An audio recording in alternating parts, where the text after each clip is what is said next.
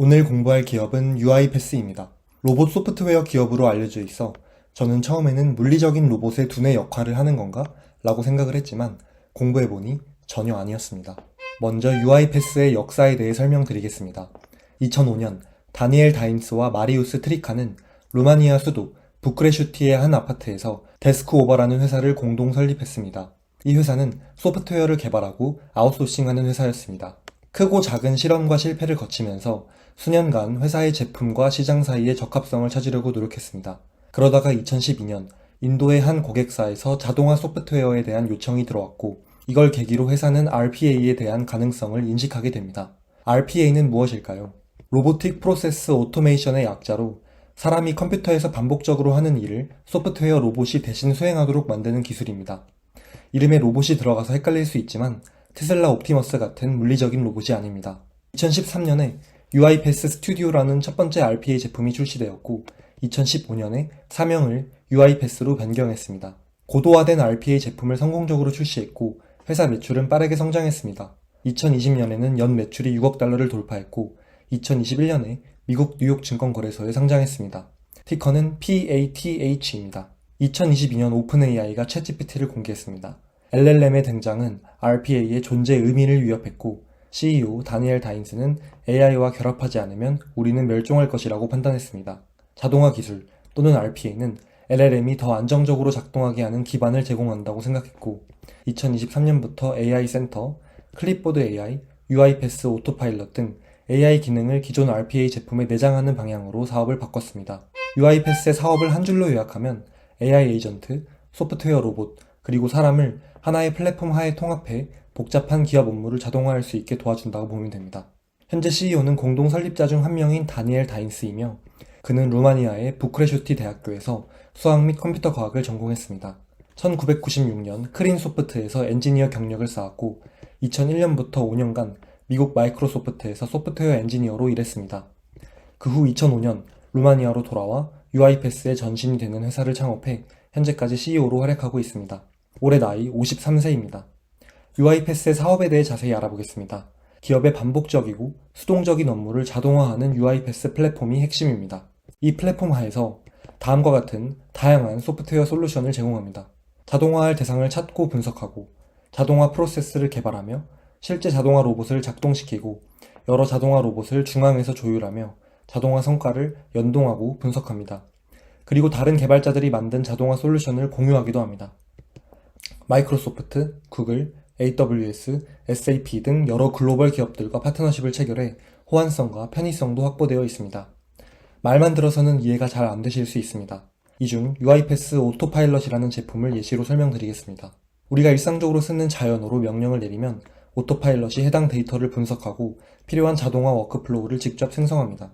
사용자에 따라 세부적으로 구분되며 크게 개발자, 테스터, 경영 분석가, 그리고 일반 직원으로 나뉩니다. 일반 직원이 오토파일럿을 사용하는 예시 영상입니다. 세일즈 매니저인 리아는 주요 고객사가 해외 컨퍼런스에 참여한다는 소식을 듣고 출장을 가기로 합니다.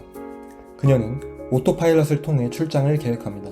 기업의 최신 출장 규칙을 숙지하는 것은 항상 까다로운 일인데 오토파일럿은 이미 해당 정보를 인지하고 있고 이는 과정을 훨씬 간단하게 만듭니다. 오토파일럿은 출장 2주 전에 매니저 허락이 필요하다는 사실을 알아내고 리아에게 고지합니다. 오토파일럿은 리아가 업로드한 여권 정보에서 필요한 정보만 추출해줍니다. 또 비즈니스 비자가 필요하기 때문에 서비스 나우 티켓도 생성해줍니다. 오토파일럿은 마이크로소프트 아웃룩 등을 이용해 팀원들에게 자신이 출장을 간다는 자동 메시지를 보내줍니다. 마지막으로 리아는 오토파일럿에게 미팅을 준비해달라고 요청합니다. 오토파일럿은 세일즈포스와 SAP에 접근해 정보를 수집합니다. 클립보드 AI 프로그램을 이용해 간단한 복사, 붙여넣기만으로 표를 만들어냅니다.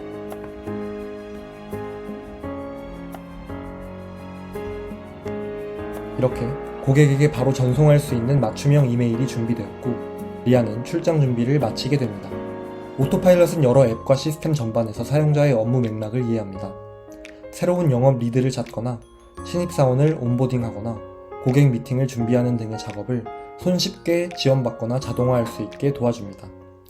최근 1년간 주가는 34% 올라 17달러에 거래되고 있습니다. 그러나 상장 이후부터 보면 큰 하락 후 횡보 단계에 있습니다. 시가총액은 90억 달러이고 PER은 500에 가깝습니다. UiPath의 최근 분기별 실적 추이를 보겠습니다. 매출은 꾸준히 오르고 있으며 최근 영업이익과 순이익은 손익분기점을 넘을랑 말랑하고 있습니다. 한편 UiPath는 최대 10억 달러 규모 자사주 매입 프로그램을 진행 중입니다. 7월 말 기준 총 5억 달러 규모 이상을 매입한 것으로 보입니다. 2025년 9월 초 클래스 A 보통주의 발행 주식수는 4억 5천만 주로 분기별로 조금씩 감소하고 있음을 확인할 수 있습니다. UiPath의 유통 주식 90%는 기관이 보유하고 있습니다. 올해 4월 말 기준 UiPath의 주요 주주를 보겠습니다. CEO 다니엘 다인스는 클래스 A 보통주 7%, 클래스 B 보통주 100%를 보유한 최고 의결권자입니다. 그 밖에 벵가드 그룹이 10%, 블랙락이 5% 클래스 A 보통주 지분을 보유하고 있습니다. 최근 내부자 거래 내역을 보겠습니다. CEO 다니엘 다인스는 10월에만 벌써 8번이나 주식을 매도했습니다. 이는 모두 사전 계획된 매도라고 합니다. 거래 횟수가 너무 많은 것 같아 올해 5월 1일부터 10월 12일 오늘까지 거래 횟수를 찾아보니 무려 72회에 걸쳐 자신의 주식을 조금씩 팔고 있습니다. 5월 1일부터 10월 10일까지 약 5개월 동안 600만 주 이상을 매도했습니다. 그러나 여전히 3천만 주 이상의 클래스 A 보통주와 7,400만 주의 클래스 B 주식을 보유하고 있습니다. 이제 올해 2분기 실적을 보겠습니다. 2분기 손익계산서입니다.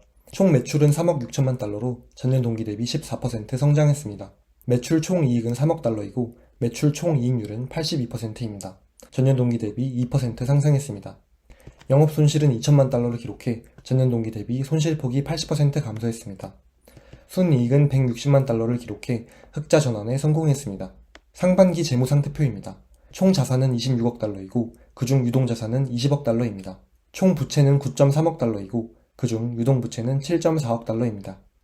총 자본은 16.7억 달러입니다. 유동 비율은 275%, 부채 비율은 56%로 재무적으로 건전한 편입니다. 상반기 현금 흐름표입니다. 영업활동에서는 1억 6천만 달러가 순유입되었습니다. 투자활동에서는 8천만 달러가 순유출되었습니다. 재무활동에서는 3억 5천만 달러가 순유출되었습니다. 이 중 자사주 매입에 3억 3천만 달러가 사용되었습니다. 순현금 흐름은 마이너스 2억 5천만 달러이고 반기 말 현금 및 현금성 자산은 6억 3천만 달러입니다. UiPath의 ARR 또는 연환산 반복 수익은 9분기 연속으로 증가하고 있습니다. 전년 동기 대비 ARR은 11% 성장했고 넷 리텐션 레이트 또는 매출 유지율은 108%입니다. 회사는 가이던스를 상향 조정했습니다. 3분기에는 3억 9천만 달러 이상의 매출을 기대합니다.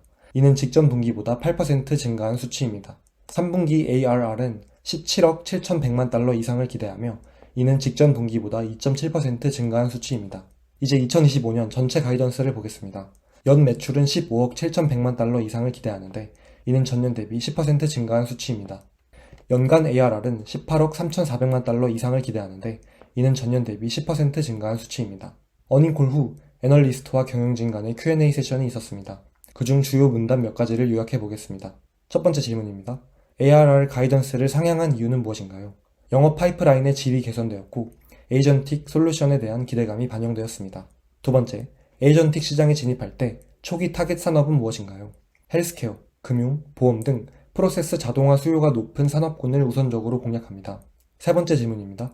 ARR 성장의 70%가 기존 고객, 30%가 신규 고객입니다. 기존 고객 ARR이 최근 몇 분기 동안 감소했는데 언제 반등할까요? 상반기 정부 대상 매출 둔화 및 거시경제 요인이 큽니다. 하반기에는 기존 고객 ARR이 회복할 것으로 봅니다. 마지막으로 투자 포인트와 리스크를 정리해 보았습니다. 첫 번째 투자 포인트입니다. UiPath는 AI에 가장 가까운 미래라고 할 수 있는 에이전트 AI의 수혜주입니다. 엔비디아 CEO 젠슨 황은 인공지능의 4가지 물결에 대해 설명하며 현재 생성형 AI 다음은 에이전틱 AI가 될 것이라 전망했습니다. 실제로 많은 빅테크들이 AI 에이전트 제품을 출시했고 출시할 예정입니다. UiPath는 기존 기술인 RPA에서 머무르지 않고 AI 에이전트를 이에 접목시켜 시대의 흐름에 올라타려고 하는 기업입니다. 올해 4월 UiPath 마에스토로를 출시하며 AI와 사람이 함께 일하는 자동화 프로세스를 출시했는데 이를 비롯한 여러 AI 에이전트 솔루션이 기대한 만큼의 성과를 내는지 주의 깊게 살펴봐야 할 것 같습니다. 두 번째 투자 포인트는 RPA 시장의 전통적인 강자가 AI 에이전트라는 신기술을 만났을 때 생길 수 있는 시너지 효과입니다. UiPath는 여전히 RPA 시장의 압도적인 1등입니다. RPA가 일상적이고 반복적인 워크플로우에 적합하다면 AI는 복잡한 데이터 중심 작업에서 의사결정을 내리는데 더 적합합니다. UiPath는 AI와 RPA는 서로 보완해야 하는 기술이지 AI가 RPA를 완전히 대체할 수는 없을 것이라 보고 있습니다. 현재 회사 주가는 많이 눌려 있습니다. AI, 데이터 센터, GPU를 다루는 다른 회사들과는 분위기가 다릅니다. 그건 아마도 여전히 많은 사람들이 UiPath를 9세대 유물인 RPA 회사로만 바라봐서 그런 건 아닐까요? AI를 본격적으로 다룬 지 불과 3년밖에 되지 않았습니다. 2년 전에 클립보드 AI를 출시했고 올해 초 UiPath 마에스토로를 출시했습니다. 만약 시장이 UiPath를 성장 가능성이 큰 AI 에이전트 회사로 재평가하는 날이 온다면 주가도 같이 오를 것이라 생각합니다. 이제 투자 리스크에 대해 얘기해 보겠습니다.